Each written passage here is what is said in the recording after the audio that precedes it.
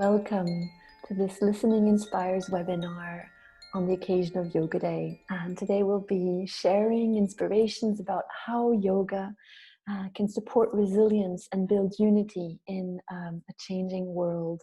How can it help us grow individually and collectively? I'd like to say a few words first about what the Listening Inspires webinars are. They're an activity of this nonprofit organization, which is in the process of being born. Listening Inspires. Now, what is this about? This is actually being born from different streams coming together. And one of these streams being the Listening to the Earth movement, something that a little team started last year to promote a deep reconnection with nature as a foundation for effective climate policy and action. And I invite you to visit the website listeningtotheearth.world to find out more.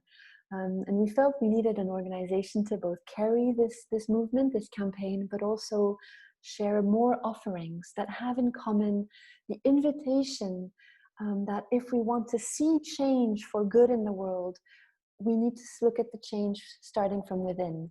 And so Listening Inspires is an invitation to be listening to our deeper self, to each other, to nature, as a way of inspiring action, enlightened action. It also carries the idea of inspiring, breathing in, connecting to our breaths, connecting to the life force that animates all things, and inspiring joyful, loving change in the world. And these webinars are just one of these activities that we'll be offering, and I'm extremely delighted that you've joined us for this occasion.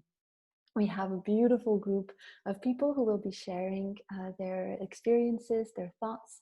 But before we go into that, and I'll tell you how the webinar will unfold, but to start, we have the pleasure of being guided in a moment of connection by the beautiful Licia Ama, who's based in Rome and who is an instructor of Ashtanga yoga and also a relaxologist, and just loves to help people feel well and bring out their creative selves out. So Licia, thank you for accepting and guiding us into this webinar. Hello everyone. So let's start bringing some oxygen in our body. So I invite you to just open your arms in a T-shaped position right here. Try to inhale and reach your arms out. Now inhale, bring your hands all the way up above your head. Interlock your fingers. And then inhale, reach all the way out, feeling the oxygen coming through your spine, through your body. And then exhale, release your arms out to the side. I invite you to slowly close your eyes and start feeling the support under your sitting bones. And allow your muscles to soften. You can ease any tensions out of the muscles because you know that you are supported. Soften your face, your jaw. Soften your neck and your stomach. Those places that tend to hold a lot of tightness and tensions. Now bring your awareness to your breath. And feel the gentle flow of the air, the journey of the air coming in and out of your body.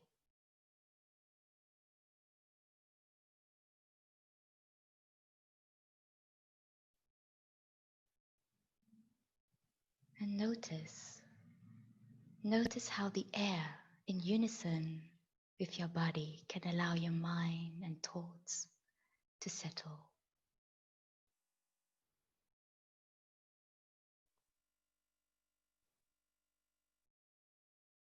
Now draw your attention to the air around you, the air brushing against your body, brushing against the skin of your face, of your hands.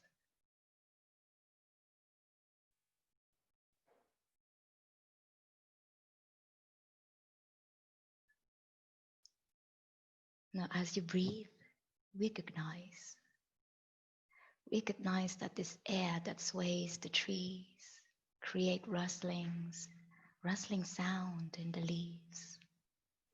This air that carries the seeds on its breaths towards new beginnings is the air that we all share.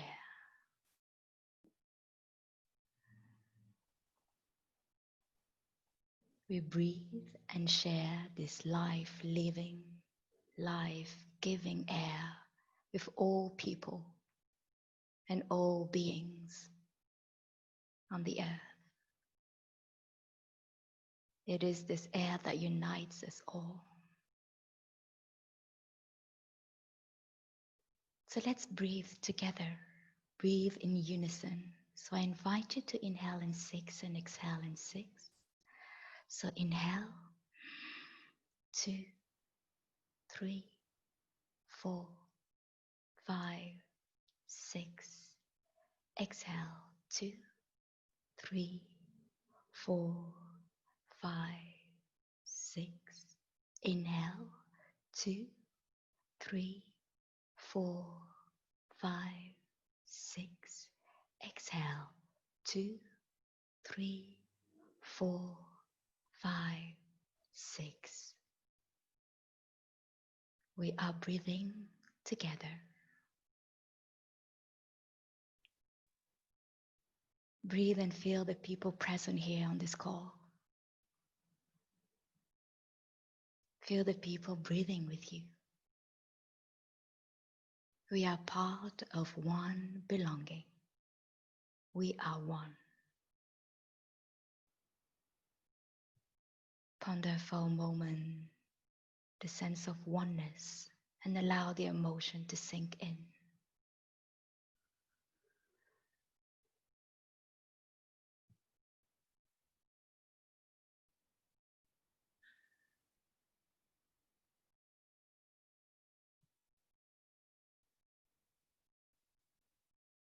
Now, as you breathe naturally, easily, start wiggling your fingers.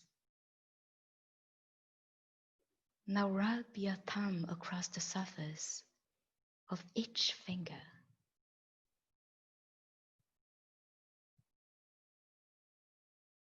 Feeling your skin as you do so. Now rub your hands together, creating warmth, and place them over to your closed eyes. And allow your eyelids to feel the soothing warmth of your palms. Inhale here. Exhale, open your eyes behind your palms.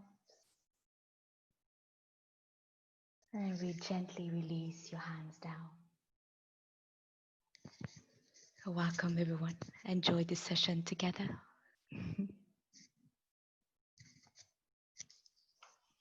Thank you very much, Alicia. Beautiful. So for this session, we wanted to do a fishbowl. I don't know if you've ever been part of a fishbowl, but it's when you're in a room, you have maybe 3 to 4 people sitting at the center of a circle, and then you have the outer circle, and the people in the middle are having a conversation, and those around the circle are listening, and they're holding the space. So these people speak for a while, exchanging about a particular topic, and then at some point, one of them may want to step out, or somebody wants to come in from the outer circle into the inner circle. And that's what we're going to do. But because we're not sitting in a room and you can't sit up and move, welcome Claudia and Francesca. We're going to use our videos to indicate when we want to be in the circle and out of the circle. To start our fishbowl, we have already pre-selected our 3 first participants. And so these are Joanna, Ashwini, and Mahia, whom I'll introduce shortly. And all the others, I will invite you to turn off your camera. Now they'll speak till about maybe 4:30, 4:35. And then if any one of you want to join the circle, you can type in the chat and say, you know, I'd like to be part of the inner circle. So write it to me, and then I'll call you in and say, please come in, and I'll kick somebody out in order of entering the circle. Is that all clear? Any questions? Do you get it? Yeah, you'll see how it flows.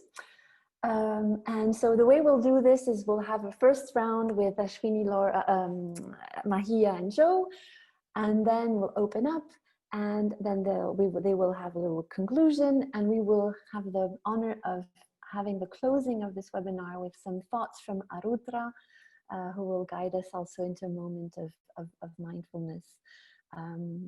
So let me introduce very briefly our three first participants. They were introduced in our flyer, but Jo Ben is both a yoga instructor and a communication expert, former journalist, environmental activist. She's working currently with the Nature Conservancy and the Nature for Climate Alliance.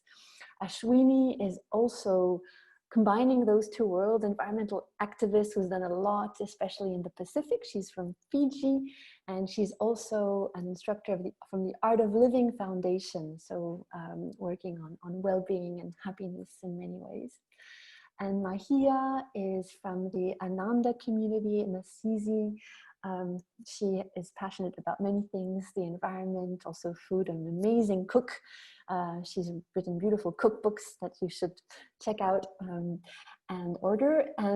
But she's also working a lot currently on sustainable communities, and especially sustainable spiritual communities, bringing environment and community living together. And so I will ask the three of you. So maybe Ekaterina will just turn off your, if you can take off your video. Yeah. I will ask the three of you this question. In your experience, how can yoga help build resilience and unity, especially in a time of transition, of change, and help us grow individually and collectively?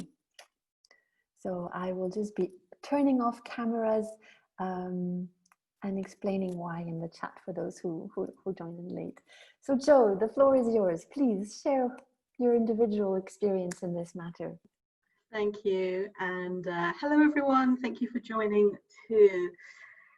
It's such a big subject, but as Charlotte said, I've been working on, let's call them environmental issues, for over 20 years now. That's from everything from air pollution to sustainable fisheries to wildlife trade, and most recently very much focused on climate change and biodiversity loss, two of the terrible twin crises we're actually calling them right now. This idea of this planetary emergency, this devastating loss of nature, and this devastating increase in global temperatures.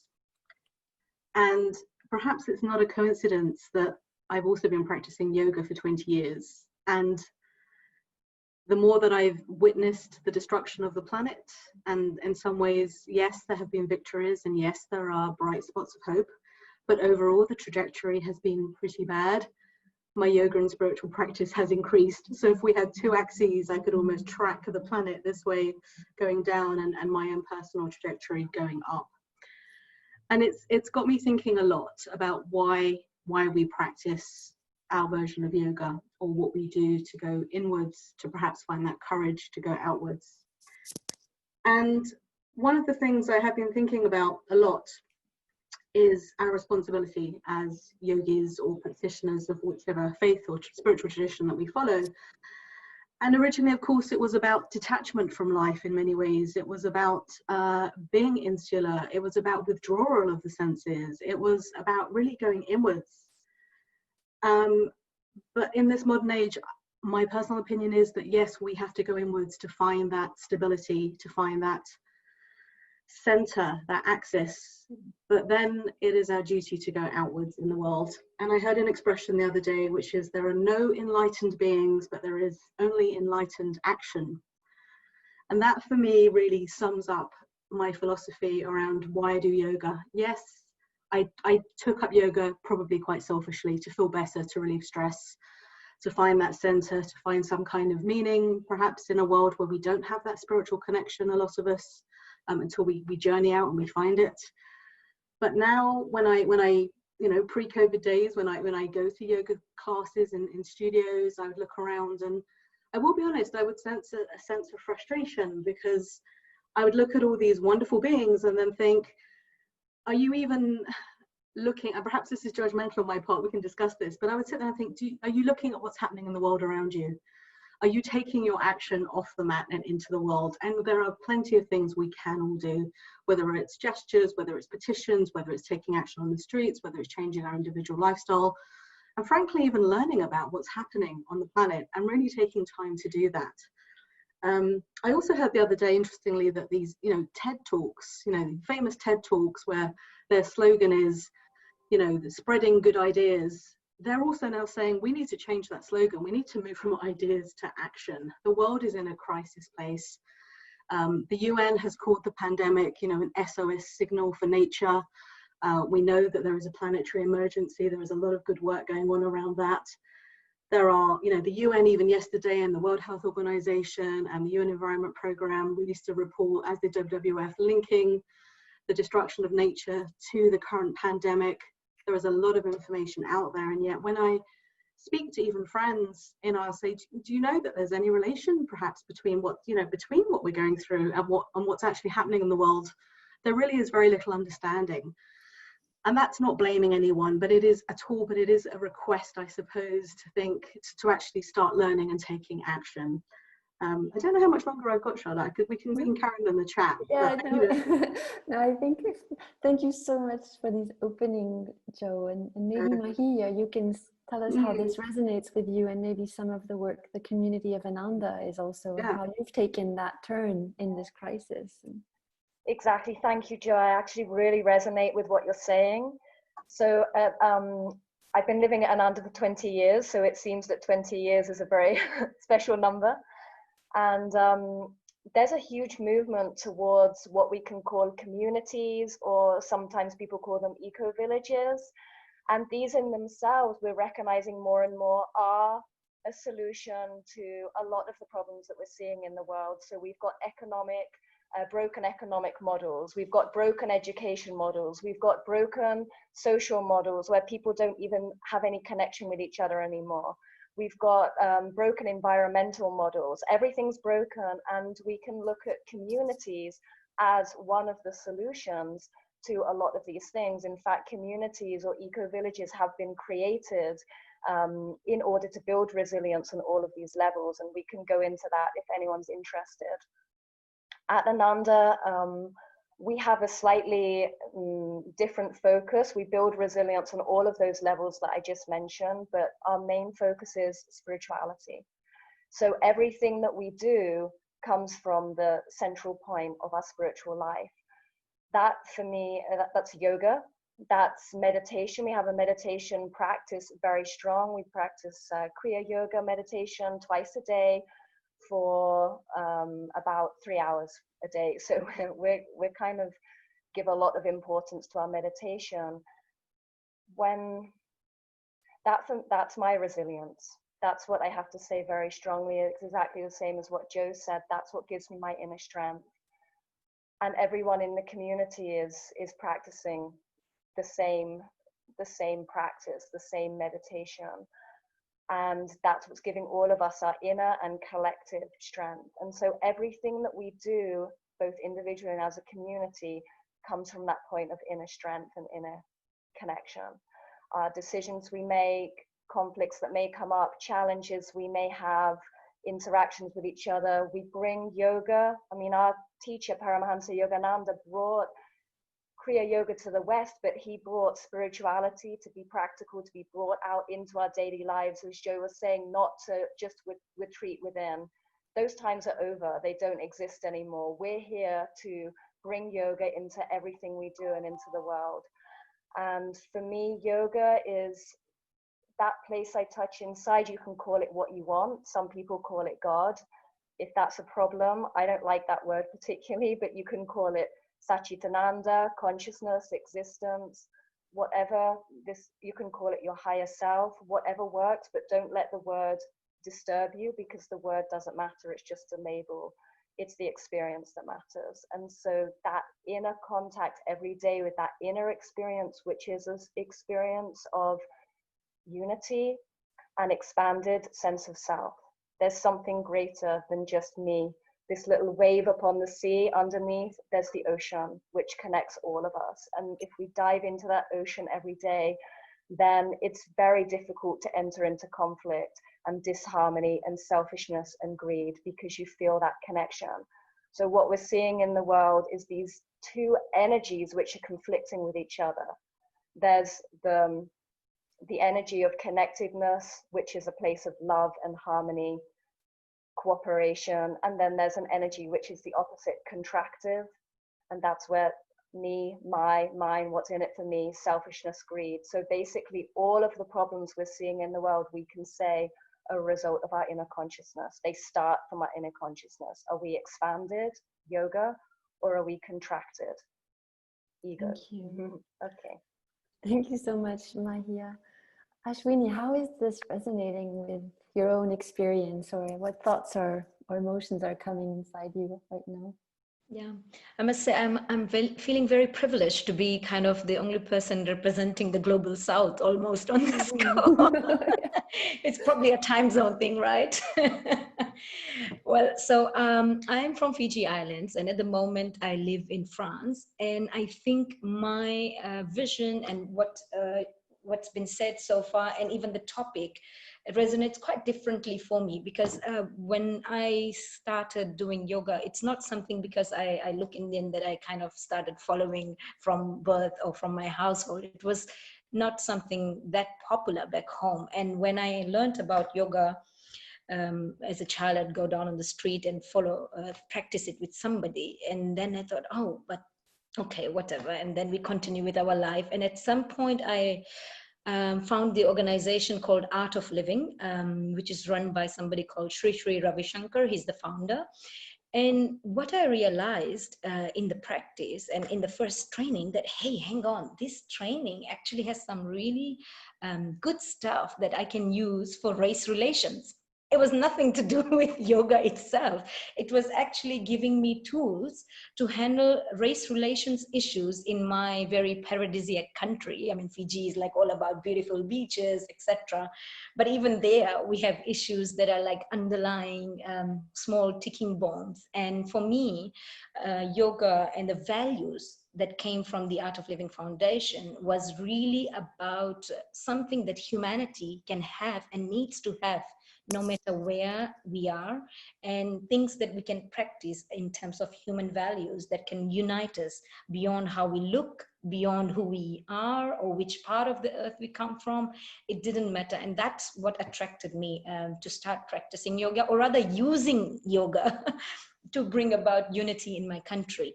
And what I want to highlight from this practice is that there were a few things that stuck in my mind, and I still teach those. Is one was about building this inner resilience, being really rock solid. One of the old teachers likes to use the word be rock solid inside, because when you're really strong inside and you have a good practice and you have something that keeps anchoring you, then you can give to the world outside because you are very stable inside. And I think that's what I want to bring to this discussion, that if we have a very strong foundation, a strong inner resilience, then only we can address all those issues that Joe has really highlighted now. And we are all aware about those, but if our bag is empty, we cannot kind of share anything with the world out there. And to me, yoga is filling our bag, our personal cup. And I want to share an example from the Pacific. I mean, most of our small island countries, there are quite a lot of them which are actually not going to exist, like Tuvalu and Kiribati, in like 20 years or less even, because of what's going on ecologically. But people there are not freaking out. They said, we are going to be warriors. We want to be climate warriors. We are not victims, and we refuse to be treated as victims and sort of poor people out there who need help. We will show the world that we are resilient as a community. And I think that's like one of the foundation of yoga is right there. They said, we'll treat this problem with love. We'll treat this problem in a community sense, and we won't kind of play the blame game. So I think that part of the world is kind of showing an example of how yoga values can be integrated in human beings. And what I am doing now currently is bringing all those elements, and we are with Listening Inspires, we will launch a training in relation to anxiety, and in particular ecological anxiety, or it's called eco-anxiety in these days, because what we've seen in the Western world now, the issue of all these environmental catastrophic is building quite a lot of anxiety in young people particularly, and because some of us here have kind of lived half our lives or are at the end of it, but the young ones, we are leaving behind with a lot of baggage.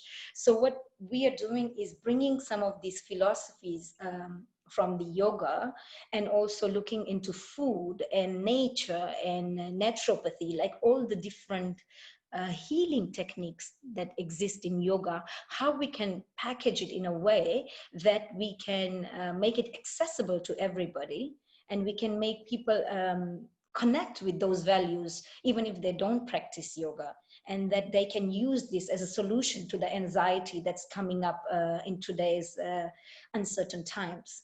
So we can talk a little bit more about that later, but I want to go back to Charlotte and say that, I just want to say that yoga, if we look at it in a very holistic way, there is many elements and solutions in there for our everyday life at the moment. Any thoughts, ladies, from what you've heard from each other? I have a question for both of you, actually. So, you know, yoga often tends to be quite a self-selecting group, and I'm curious about the eco-villages as well, whether people sort of turn up and say, this is interesting to me, I want to be part of it. But I would be curious to know both your thoughts on how you reach people that aren't interested in this. You know, Ashwini, particularly, you were saying, you know, I teach this stuff. Are you teaching this to people that have come to you, or are you taking it out to people that are, you know, that have no knowledge of it? So that's the same question to both of you, actually. I'm genuinely curious. Shall I go first? Yeah, Sure. So I think that, I mean, in terms of people who live in the community, it's important, whatever community that you have, the idea of an intentional community is that like-minded people come together. So that can be based on whatever you want. I mean, on pink elephants, or on we like trees, or for us, it's a shared spiritual path. But that doesn't at all mean that you're closed to other people. In fact, we have a thriving guest retreat which receives about 8,000 people a year.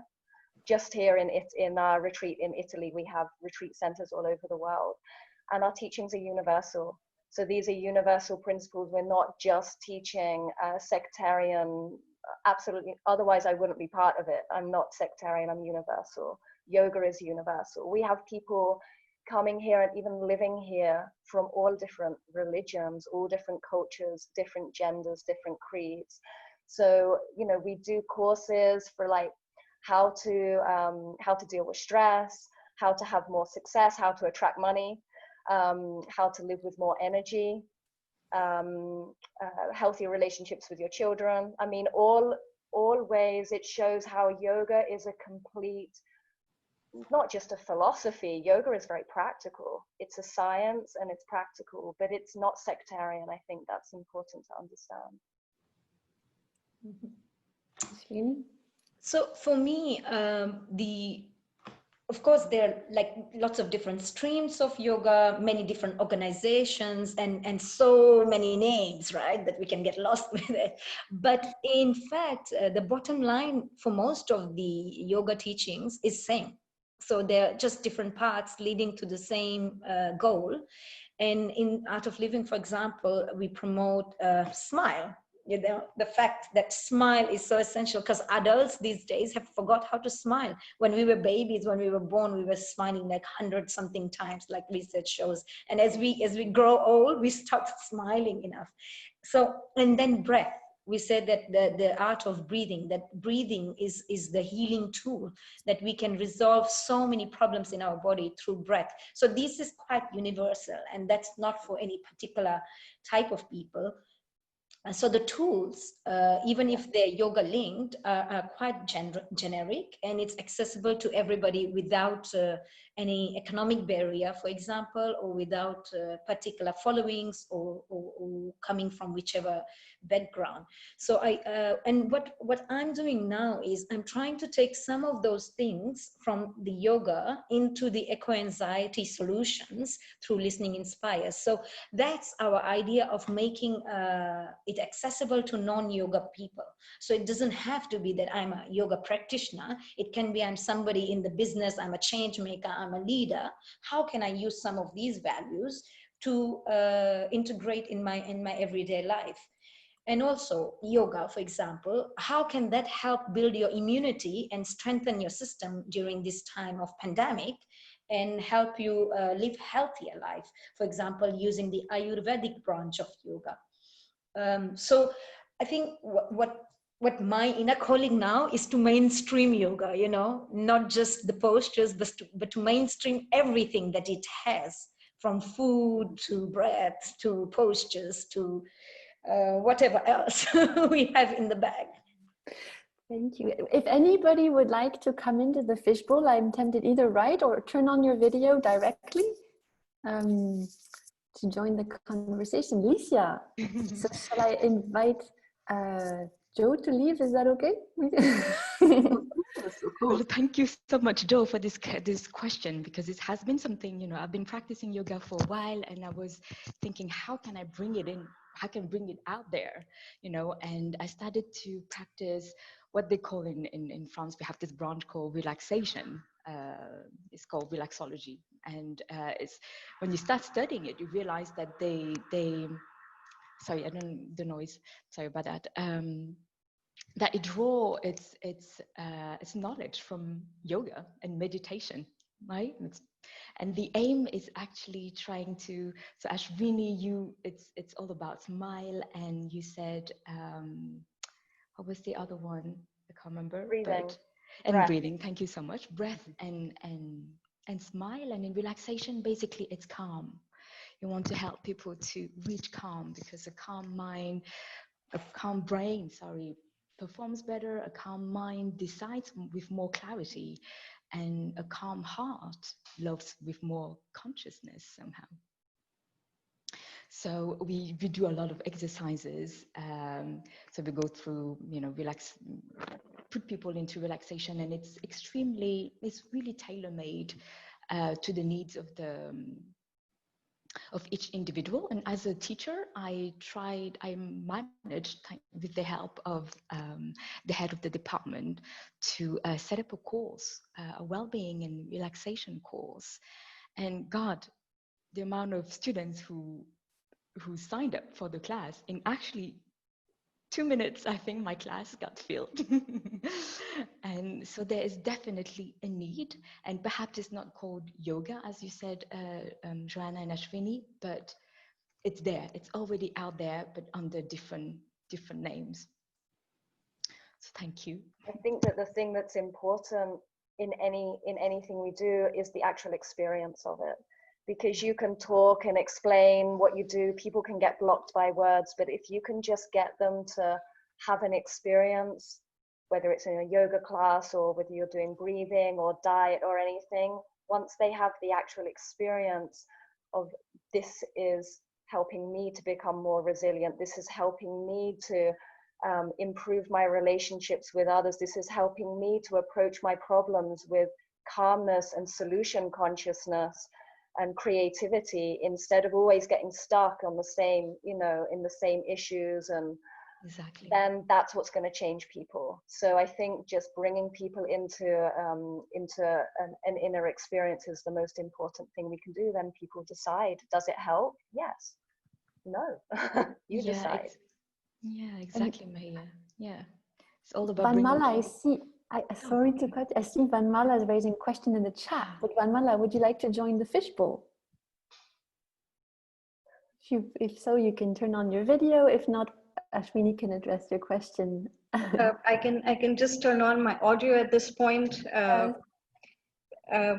So my question was to Ashwini, really, because Ashwini, I've also been involved in similar kind of exchanges with people and attempts to popularize yoga and Ayurveda.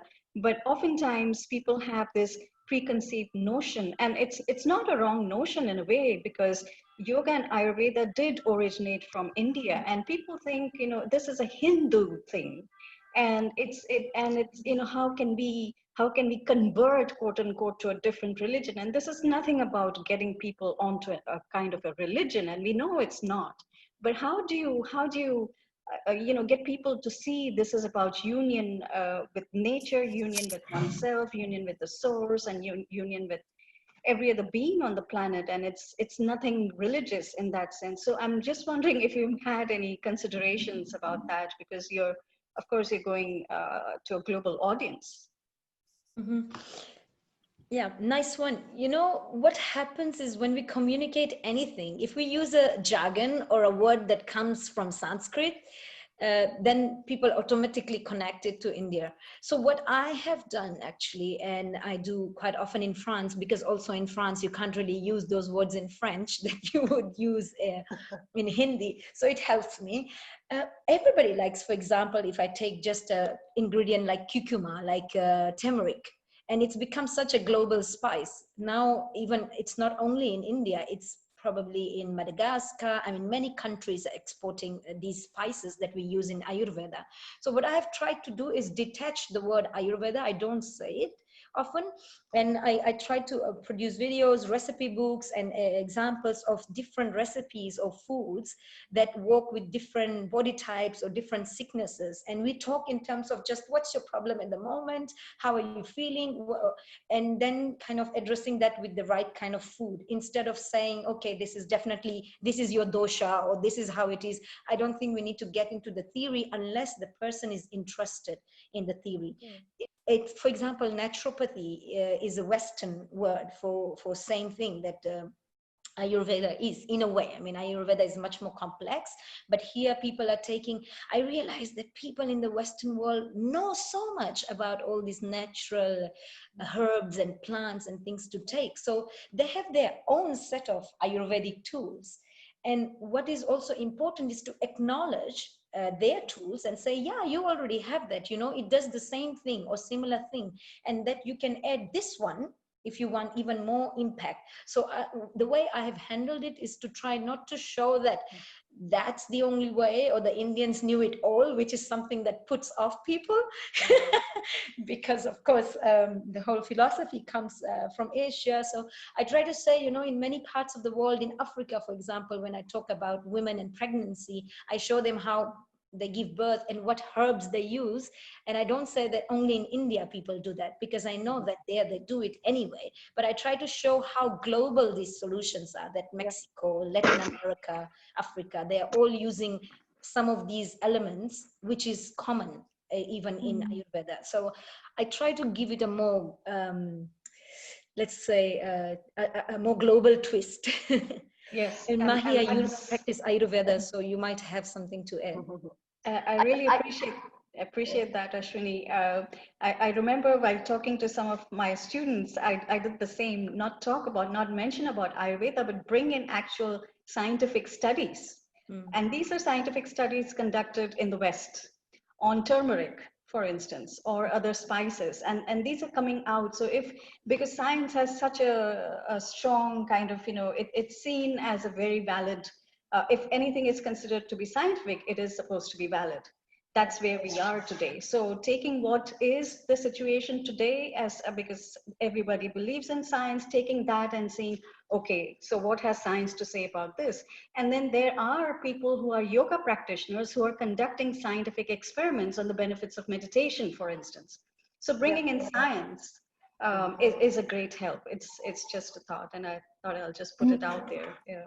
I'm just going to come in as to being mindful of the time, just to invite anybody who wants to join in the discussion, and also to remember our I think also the topic of resilience and unity in the changing world, like also like, you know, some of these topics of racism and in addressing the planetary emergency that Joe just wanted to bring that back. But Lisa, yeah, and if somebody wants to join the fishbowl, please turn on your video, just and I'll kick out. I'm going to kick out Ashwini, just so that there's an empty chair, and so it has to be filled by a new face. Just to add on what have been just said, and I like to remind people and my students and all that you know, let's remember that cultural knowledge and spiritual knowledge do not have any nationality. It can cross borders, right? And constantly I have to remind people about this, because, you know, I've been studying French, doing research on French literature in the UK, and people are like, oh, so why you're not doing that in France? You know, it's so French, you must have all the specialists there. You know, this is, you know, and little things like, oh, yeah, I can't eat Chinese food in a place that is owned by people who are from the Western countries, who are white. It feels so weird. You know, there is, let's remind ourselves that, you know, cultural knowledge and spiritual knowledge do not have borders. Thank you. You can kick me out, Charlotte, if you feel like. I'd actually like somebody else to do so. Somebody to come in and kick you out. So you can switch it off as soon as somebody. Francesca. But Joe wanted to say something, and then Francesca. Oh no, Francesca, go ahead. Yeah. I think you're on mute. Wait. You should unmute yourself. Yeah. Okay, can you hear me? Yes, perfect. Yes. Hi to everyone.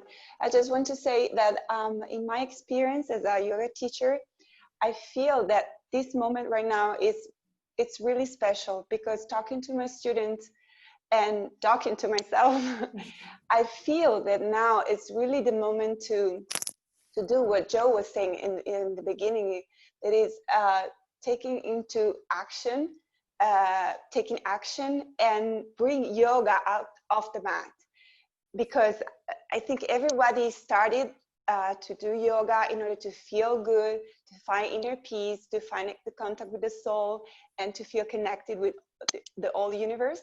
But now, and I think the COVID experience gave us this urgency that we need to take action to solve the problems. And so what I want to say to you, share with you, and that we need more concrete projects, things that we can do. And I was talking to Charlotte and Narayan and say that I would like to launch something like Yogis for Nature. You know, invite all people that do practice yoga to be an active part in the global struggle against pollution, climate change. So I don't know what we can do actually, but really be more active, because people are ready for that.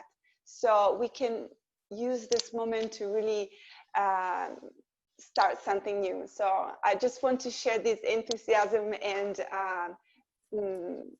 positivity. And enthusiasm, sometimes the word God comes in handy, but it means to be filled with, let's say, spirit and theos. So thank you, Francesca. And Mahia, Joe would like to react to that. I'm sure, Joe, that resonated strongly. You're muted, Joe? Oh, sorry. It did, and I know we need to wrap really quickly, and I absolutely want to end on a hopeful, positive note. But I just also want to reiterate the urgency. I did a tiny bit of looking up some stuff again before this call, and because we talk about breath so much. And, you know, before coal fire plants, you know, there were 280 parts of carbon dioxide per million. And nowadays, just in under 200 years, that we're breathing in 400 parts per million of carbon dioxide, which was unthinkable even 10 years ago. And even yesterday, there was a report out saying the next 6 months are absolutely critical for climate action and to move. Otherwise, you know, things are going to get even scarier than we've seen in the last few years. So yes, action, urgent action, and it is the time. It is the time. There won't be another time. This is it. So but I hope that's hopeful rather than pessimistic. But. It is. Can I just add a comment that I think action is incredibly important, just to remind everyone that action can be many different types. For example, because I was saying in the beginning, what we're really seeing is, in a way, a struggle of consciousness. Like, does the consciousness go this way or this way? So we shouldn't undermine the importance of even just doing what Ashwini was saying, smiling, being an act of kindness to someone. In my relationship with my husband or my friend or my work colleague, the choice that I make to show kindness, to not react, to support, to try and understand their point of view, or to get upset and angry. This is yoga. Yoga is union. Yoga means coming from my center of who I am and relating to you and your center. And some of the ways we're creating action from Ananda, which is in general is a entity which is very, very active, overactive in a way. We're always busy. We are starting a campaign. We've started a campaign called the Small Community Solution. So inspiring people to move back to the land, grow their own vegetables, collect together with like-minded people, live a sustainable lifestyle. And also on a more spiritual level, you can say, or we have something called Warriors of Light every Thursday. It's online, where just globally we all come together at the same moment, and we have an affirmation and we send light out to the whole world. And there's thousands of people who join that moment together every Thursday. So these are all, there's so much going on. Just don't ever think anything you do is too small. So just any small action that you can do, whether environmental activism or just being kind and spreading the light. Thank you so much, Mahia. And I think this will be perfect words actually to transition into what Arudra would like to propose. But if I may also just to share a couple of words is Ananda means bliss, it means joy. And sometimes I think that the fear generated by the crises humanity is going through is as big an enemy or as big of a threat as the problems themselves, because fear is a contractive energy. And I think it's not only about what we do and the action we take, it's how we act. And I believe that where yoga can help us is in acting from a space of love, acting from a space of joy, and being joyful even when everything is going terrible. And I think that's what yoga shows us, is that the joy is within us, and the more we can connect to that joy within, the more the world can align with that joy and rise. I think there's an Ananda Yoga affirmation as I welcome every new opportunity for growth, and every crisis is an opportunity for growing into the light. I know we could continue. I certainly would love to, but I know everybody's very busy, and I'm very, very touched that Arudra has accepted our invitation to share a few thoughts on what he's heard. Arudra is also a very, very precious pillar, like Mahia, of the Ananda community. They also have a very special bond, being man and wife. And Arudra, what has been inspiring from what you've heard, and how would you like us to conclude this moment of yoga? Hello, everyone. So actually, first I would like to say thank you for organizing this, because I think it's so important. One thing that was interesting as you were talking, everyone, it really felt like everyone understood that there's many different practices of yoga, but the principles of yoga are always one and the same. And they are the principles of not only yoga, but everything else. And it was interesting. I was thinking, everyone who does yoga does it because they want to feel more calm or more joyful or more loving. Nobody would do yoga if they thought it would make them more aggressive or more anxious or more upset. Obvious. So we always want to come to the same point of unity. And I actually wanted to share a quote by Swami Kehananda, who is the founder of our community of Ananda. And he said something very interesting. He said, the real conflict going on in the world today is not about politics or economic systems.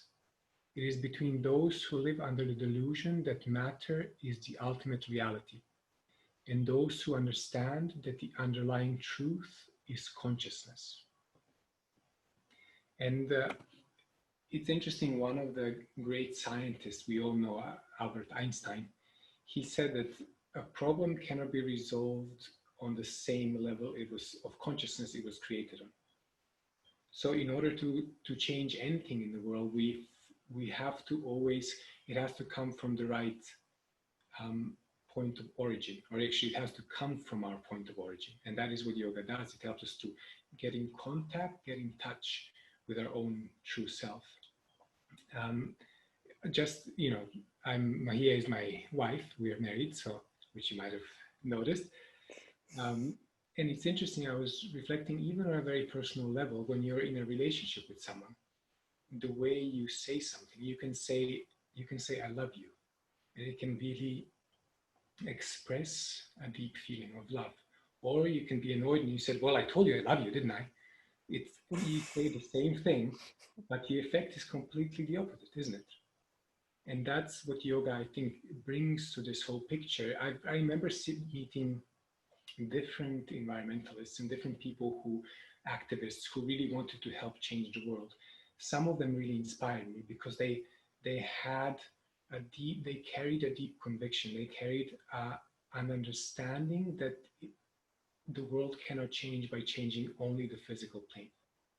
While others maybe, you know, wanted to change things, but they were doing it, trying to force people into change and trying to basically doing it in an angry way. If someone comes to you and shouts to you that you need to change, what is your response going to be? You're not going to feel inspired to change. But if you see someone living the change, of course you want to change naturally. They don't even have to say anything. And that's what we also talked about before, about the principles of yoga being completely universal. You can call them yoga, you can call them Tai Chi, you can call them mindfulness, you can call them relaxation. It's always this, it always comes back to the same principle. And the one last point, which Karuna Devi, Charlotte also just mentioned, is joy.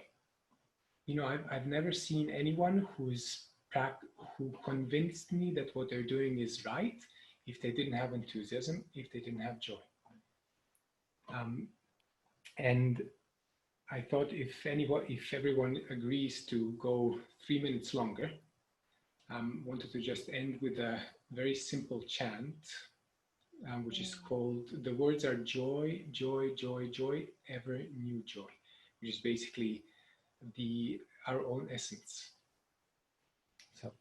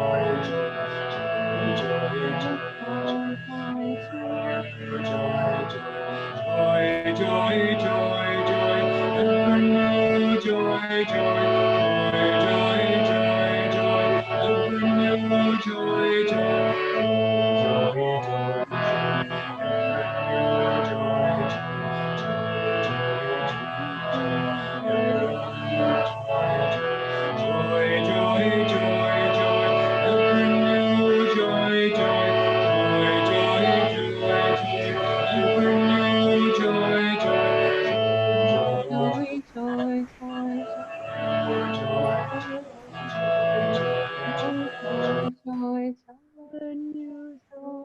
Joy, joy, joy, joy, joy, joy,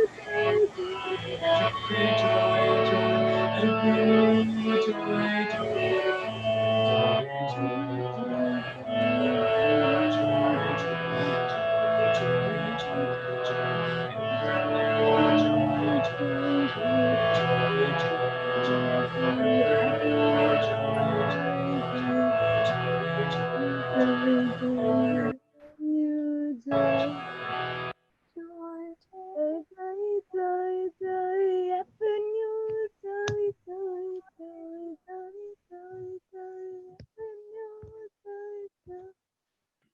So to end, let's just sit up straight for a moment and take our right index finger, put it at the point between the two eyebrows, which is the seat of willpower, the seat of concentration, the seat of higher consciousness in the body. It's called the third eye, the Kutastha Chaitanya, the Christ Center. It has many different names in different traditions. But it is the point where we can connect to a higher reality. And try to feel that your touch, the energy from your finger like a magnet draws up all your energy, all your attention to that point.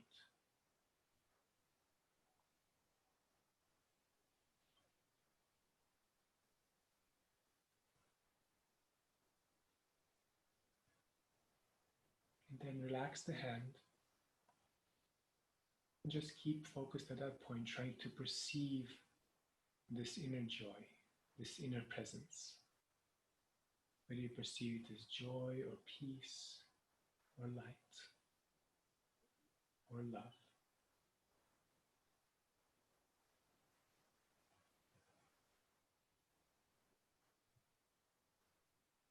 And try and let that presence, that light expand from that point to fill your brain and descend down the spine and out into the body, filling every body cell with light, with joy, with peace.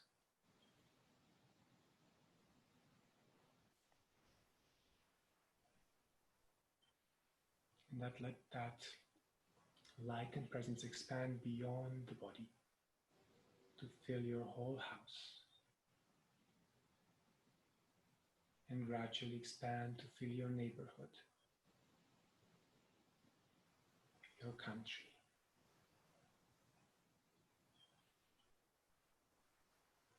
your continent.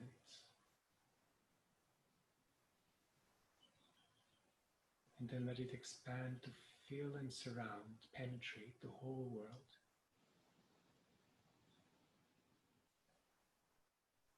And feel that this whole world is yours. This light is yours.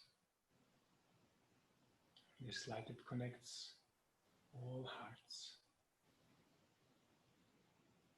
all souls.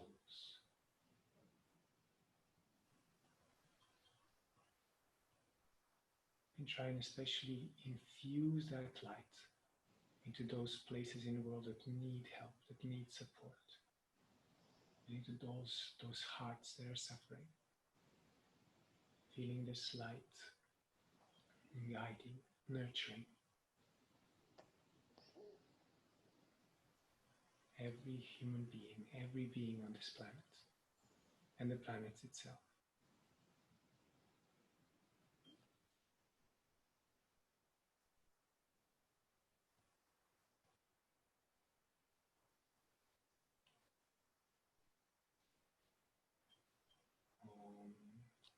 Peace.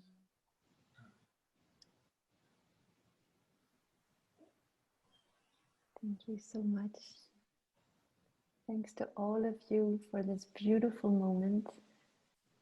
And let's continue to join hands. Francesca, your invitation of being yogis for nature, I think, has touched many of us. And I think we've all touched each other. And thank you, even if you didn't speak, for holding the space for all of us. That's our whoever spoke, I think, was carried by the presence of everyone. So Thank you very much. And there will be more to come. Similar webinars. Maybe the next one will be around bringing these teachings of relaxation, mindfulness, consciousness into the youth. That could be one idea. But there are others. If you'd like to share some ideas, please write to us. And thank you again. Have a beautiful, beautiful summer and a beautiful yoga day. Thank you.